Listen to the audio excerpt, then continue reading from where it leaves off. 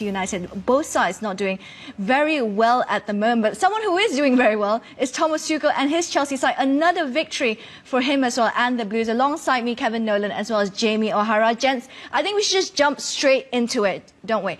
The Reece James show here today, Jamie. He's been absolutely sensational. Against Norwich City, he's got one of the most beautiful goals as well in that 7-0 win. Today, another screamer here today. It's hard to find a fault, and it's crazy to think that he's only 21 years old. Yeah, crazy. Another top performance from him. He's so good in the box. He reminds me very much of like David Beckham in and around the box. His technique, both feet. I mean, this is brilliant from Callum Hudson-Odoi. And then here, the composure. And then just to think, you know what? I can strike with both feet. I'm going to hit that with my left. The technique of it is sensational. And it's absolute rocket foot into the top corner. And yeah, absolutely brilliant from him today. Really good. Kevin, how could Newcastle have done this better? Because we saw in the first half just how resolute Newcastle was, but within a span of minutes, once everything kicked off, Newcastle just seemed to have fallen apart. Yeah, I mean, in the first half, we praised Newcastle for the defensive, stability, the way they went about the game, the way they went about the first half. But we were very worried that could they sustain that for the second half? And when you've got someone of this lad's quality who can go on both right and left foot, because he looks just comfortable on both. I mean, that's an unbelievable strike. Let me tell you how hard that is to do. And just to make sense of it and the way it goes, it flies. It's a rocket, and he's done it with both his right and left foot today. But yeah, going back to Newcastle were. I thought, I spoke about, the transition, and he just never got going. He never caused Chelsea enough problems. He never give them anything where they thought we can't go and just sustain attack after attack. And when you give someone of their quality, Chelsea and the players they have, the time around the box, when you give them attack after attack, in the end they're going to punish you, and that's what Chelsea did. And then you couldn't see Newcastle for if they would have been playing till tomorrow, getting back into the game. So worrying times for Newcastle. There's a big couple of weeks. Well, there's a big week coming up for them, because then they go into the international break. So. Yeah, very worrying times, and I think there'll be a few worried people behind the scenes this evening. The things though about Newcastle, they've now conceded 5 goals now in the last 15 minutes of the second half. And only Norwich City have conceded more so far this season in the Premier League. As a coach, Kevin, I mean, just how much is weighed on those last 15 minutes? How crucial are those final few moments? Yeah, I mean, they're the key moments, because you're either holding on, you could be holding on to a lead, you could be trying to get a draw out of the game, or you want to sort of push on and win the game. But that's why worrying for the Newcastle fans to hear that, and for Newcastle, because the only other team who are in and around them are Norwich, and everyone's saying how bad they've been this year. So that's worrying times. As a coach, that's something which whoever's going to be coming in next, or if it's Graham Jones who's going to be taking them forward at the minute, he should be looking at that, thinking, right, we have to stop, we have to stop that rut, and clean sheets is a massive thing in the game, and at this minute in time, they don't look like they can keep on. But don't Kev, like I look at Newcastle and I think they put so much energy into defending. Like they're putting so much into it that, as the game wears on, you're going to end up conceding because they're knackered.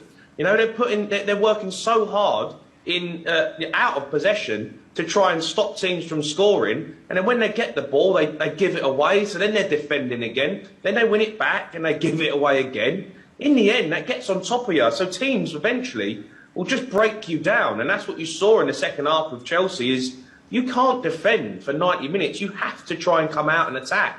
You have to try and create chances and get up the pitch and get hold of the ball. I mean, Newcastle are big. They're in big problems. They could go down. Yeah, I'm worried, Jamie, looking at them. We played them early on in the season. We beat them up there, and obviously the new ownership, and you're looking at Graham Jones now, and he's saying that he's been he's had them in all week working on it. But as you said, it's what you do with the ball. And I think at this moment in time, it's not enough, just to relying on Sam Maximin just to get you up the pitch, and to Callum Wilson to maybe score off, because let's be honest, he scored a ridiculous goal last week, a fantastic goal, and we're all praising him. But you know, if it's not him or Sam Maximum, there's no one else. It doesn't look like they can create, and I think that's the biggest problem. They've got to find a way within that squad, and because they've got some good quality players going forward. You know, there's a Willocks. You know, you've got obviously Almiron. So there's other players, and they've got to step up. You know, it can't just be all about defending, as you say. It's got to be the transition into attacking and keeping the ball. But they just didn't do that well enough today, and that's why Chelsea, you know, when you look back on it, they strolled the game really. You know, first half everyone would have been happy. Chelsea would have been. They come out and looked a bit shaky, if you're being honest. You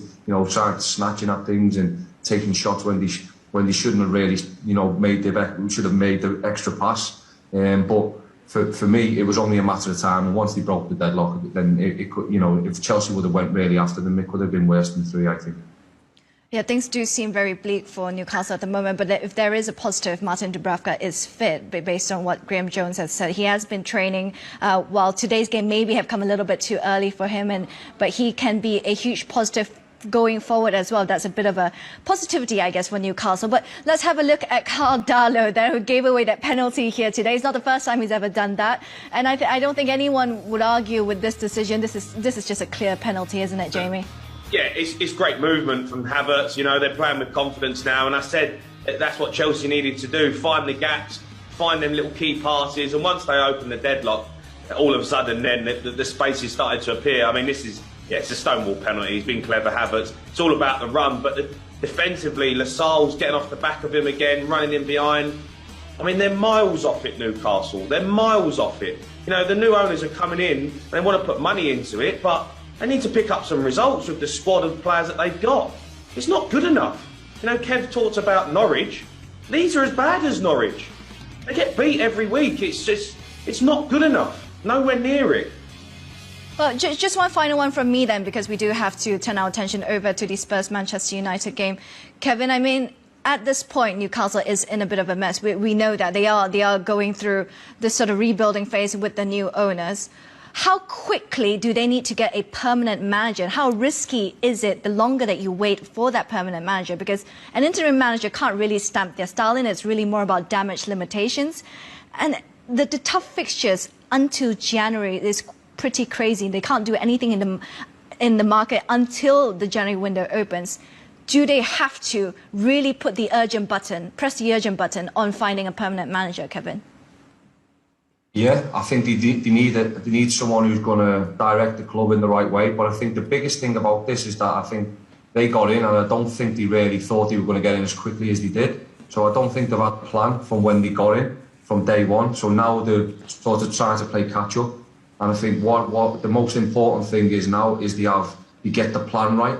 And once they get the plan right, then they appoint a manager who's going to get them out of this current situation and start leading them into the success what they want 4 or 5 years down the line. This manager might not be the one who takes them in 3 years' time, but it's the one who takes them for the next 2 years, who gets them, keeps them up this year, starts building a squad which is going to then be capable of challenging and getting themselves into Europe in the next 2 to 3 years. But you know, there's not many people out there who've got to have the experience to be able to get out of a relegation fight in the Premier League. It's not as easy if you just bring in 5, 6 different players in January. It's about embedding them into a squad. So, how far will they be off come January? There's massive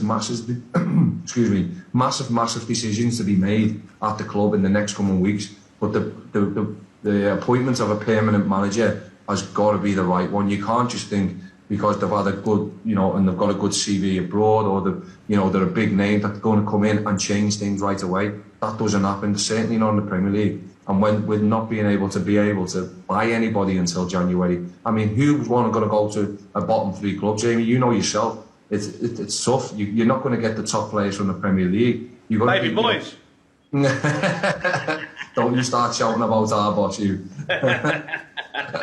But you know, yeah. I mean, look. I mean, well, in my eyes, if you're thinking about that, you know, they're the type of people who have been in them situations. So it's a massive appointment, you know, and it's got to be someone who you can trust to come in, to be able to spend a bit of money and to be able to regalvanise this squad, because at this moment in time, it's looking very, very worrying.